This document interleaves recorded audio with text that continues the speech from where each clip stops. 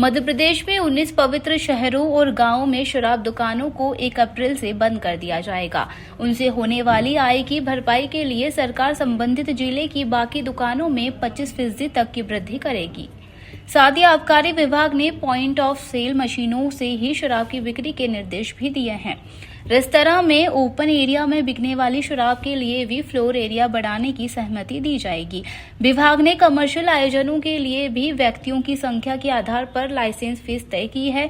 1 अप्रैल से लागू होने वाली नई आबकारी नीति में शराब दुकानों के लिए लाइसेंस लेने वाले ठेकेदारों को बैंक गारंटी सिर्फ ई बैंक गारंटी के रूप में ही मिलेगी। इसके माध्यम से ही शराब दुकानों का आवंटन किया जा सकेगा। ई बैंक गारंटी की वैधता अवधि कम से कम 30 अप्रैल 2026 तक होगी। इसके लिए एफडी स्वीकार नहीं की जाएगी और पहले से जमा एफडी का नवीनीकरण भी नहीं किया जाएगा। जो ई बैंक गारंटी दी जाएगी उसका कहीं और प्रयोग नहीं किया जा सकेगा। इंदौर में खुले में शराब पीने वालों के खिलाफ आजाद नगर पुलिस ने कार्रवाई की है। पुलिस ने शुक्रवार को इन लोगों को पकड़ा है और उनके खिलाफ केस दर्ज भी किया है। आजाद नगर पुलिस को शुक्रवार को सूचना मिली कि कुछ लोग अलग अलग जगहों पर खुले स्थान पर शराब पी रहे हैं। इस पर टीम मौके पर पहुंची और खुले में शराब पीने वालों के खिलाफ कार्रवाई की। पुलिस के मुताबिक मूसाखेड़ी चौराहे के समीप जय और विकास निवासी अभिनव नगर को पकड़ा है। इसके बाद पुलिस शनि मंदिर के पीछे से शांतिलाल निवासी हिम्मत नगर को पकड़ा। शुभम सोनी निवासी श्री राम नगर को भी खुले में शराब पीने पर पकड़ा। पुलिस ने इनके खिलाफ कार्रवाई करते हुए केस दर्ज किया है। हाँ, एक फोटो वायरल हुआ था। अभी ये नए आए हुए हैं और जब कोई नया अधिकारी आता है तो उनसे मिलने के लिए बहुत से लोग आते हैं। तो निश्चित तौर पे किन परिस्थितियों में ये फ़ोटो वायरल हुआ, उसको पहले से क्या जानते थे या जो उनके स्टिकमैन थे या उनके जो अधीनस्थ कर्मचारी हैं उनको बताना था। किन परिस्थितियों में फ़ोटो वायरल हुई वो निश्चित तौर पे जांच का मुद्दा है। उस पर भी हम फोकस किए हुए हैं।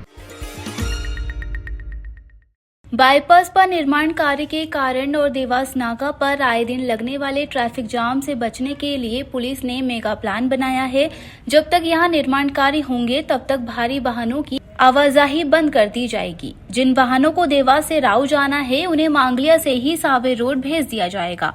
वहां से अरबिंदो हॉस्पिटल से सुपर कॉरिडोर होते हुए धार रोड भेजा जाएगा।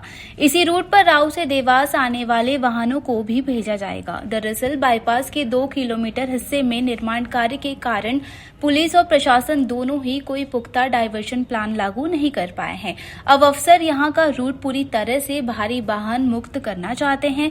एडिशनल सीपी मुख्यालय मनोज श्रीवास्तव ने बताया कि 2 दिन बाद बाईपास के डायवर्जन को लेकर मीटिंग है। इसमें भारी वाहनों के लिए मेगा प्लान तैयार किया गया है। यह लागू हुआ तो पूरे इलाके में कहीं भी बड़ा जाम नहीं लगेगा।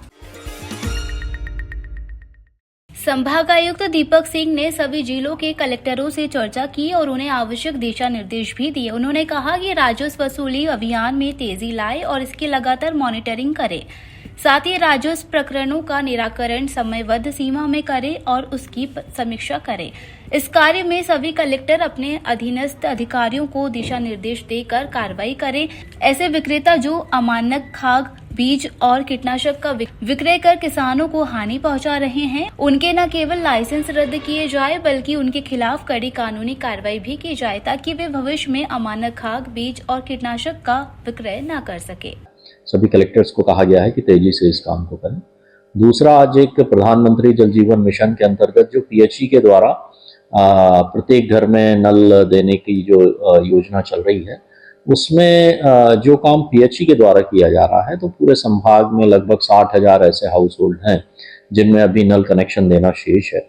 साथ ही जो इस तरह की एकल ग्राम की योजनाएं पूर्ण हुई हैं इन कार्यों को ग्राम पंचायतों को हैंड ओवर भी करना है।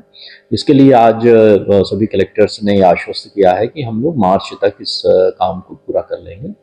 बुरहानपुर एक ऐसा जिला है जिसने 100% योजनाओं को पूरा करके पंचायतों को ट्रांसफर किया है।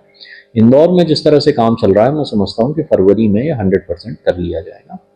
इसके अलावा अन्य जो विषय जिस पर बात हुई है, एक तो जो खेती किसानी से संबंधित खाद, बीज और कीटनाशक के लाइसेंसी होते हैं इनके द्वारा कई बार अमानक पदार्थों के बिक्री करने की शिकायतें आती हैं। इसमें निर्देश दिए गए हैं कि जहां भी इस तरह के नमूने अमानक पाए जाते हैं, शिकायतें आती हैं, तो वहां पर हम लाइसेंस निरस्त करने के साथ साथ FIR करने की भी कार्रवाई करेंगे।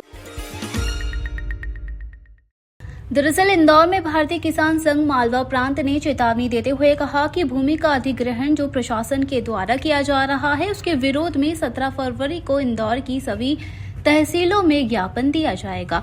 इसके बाद भी 27 फरवरी तक कोई सुनवाई नहीं होती है तो पूरे प्रदेश में आंदोलन किया जाएगा। किसानों की मुख्य मांग पूर्वी एवं पश्चिमी रिंग रोड निर्माण कार्य के लिए किया जाने वाला ज्वाइंट सर्वे तत्काल बंद किया जाए, अधिग्रहण कानून 2024 पूरे राज्य में अतिशीघ्र लागू किया जाए, प्रति वर्ष 20% के हिसाब से गाइडलाइन बढ़ाई जाए और 4 गुना मुआवजा दिया जाए आदि कई मांगे किसानों के द्वारा रखी गई है। प्रमुख मांगों में विषय यह है कि पश्चिमी रिंग रोड में जो भूअर्जन हो रहा है, इसमें भूअर्जन में गाइडलाइन और बाजार मूल्य में जमीन आसमान का फर्क है। तो हमारी मांग है कि गाइडलाइन को बढ़ाया जाए और राजपत्र को निरस्त करके, जो भूअर्जन का राजपत्र इन्होंने जारी किया उसको निरस्त करके नई गाइडलाइन बनाने के बाद वापस भूअर्जन की प्रक्रिया शुरू की जाए ताकि किसानों को उचित मुआवजा मिल सके। दूसरा ये है कि किसानों की सहमति के बगैर किसी तरह का जॉइंट सर्वे जो ये हो रहा है, सर्वे नहीं हो। तीसरा ये कि अन्य एजेंसियां जो भूअर्जन करती हैं यहाँ पे, MPIDC है, KVN है, आइडिया है, ये जो एजेंसियों को जो स्वतंत्र अधिकार मिले हुए हैं, जो किसानों की सहमति को ध्यान में रखे बगैर जो भूअर्जन हो रहा है पूरे इंदौर में, ये भूअर्जन पे लगाम लगाई जाए और किसानों की सहमति का ध्यान रखा जाए।